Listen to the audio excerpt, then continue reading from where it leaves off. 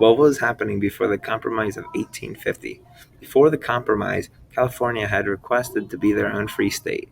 Senator Clay, or known as Henry Clay, was attempting to seek some sort of compromise or deal between the North and the South to avert a crisis.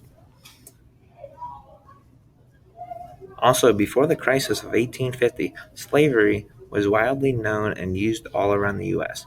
The Compromise of 1850 quieted it down but did not completely stop it. Before the 1850, the North and South didn't like each other very much, since the North is free and the South supports slavery. The Compromise was supposed to settle that. What was the Compromise of 1850?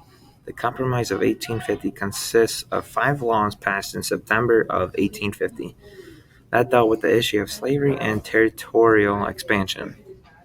Henry Clay first introduced these new laws January 29th, 1850. When this law was passed on September 9th, 1850, as a part of the Compromise of 1850, the Fugitive Slave Act was amended and the slave trade in Washington, D.C. was abolished. Furthermore, California entered the Union as a free state and a territorial government was created in Utah. In addition, an act was passed settling a boundary dispute between Texas and New Mexico that also established a territorial government in New Mexico. What was happening after the Compromise of 1850?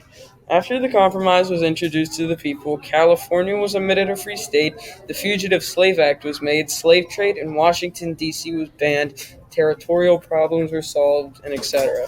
The Fugitive Slave Act was probably the biggest event. It stated that citizens were to aid in the capturing of runaway or fugitive slaves. In the act of the Compromise, though, the North did benefit from it more than the South had. When the law passed, they got slave escapees and returned them back to their slaveholders. Thousands of Northern African Americans fled to Canada in fear of being caught because they would be sent back to their slaveholders.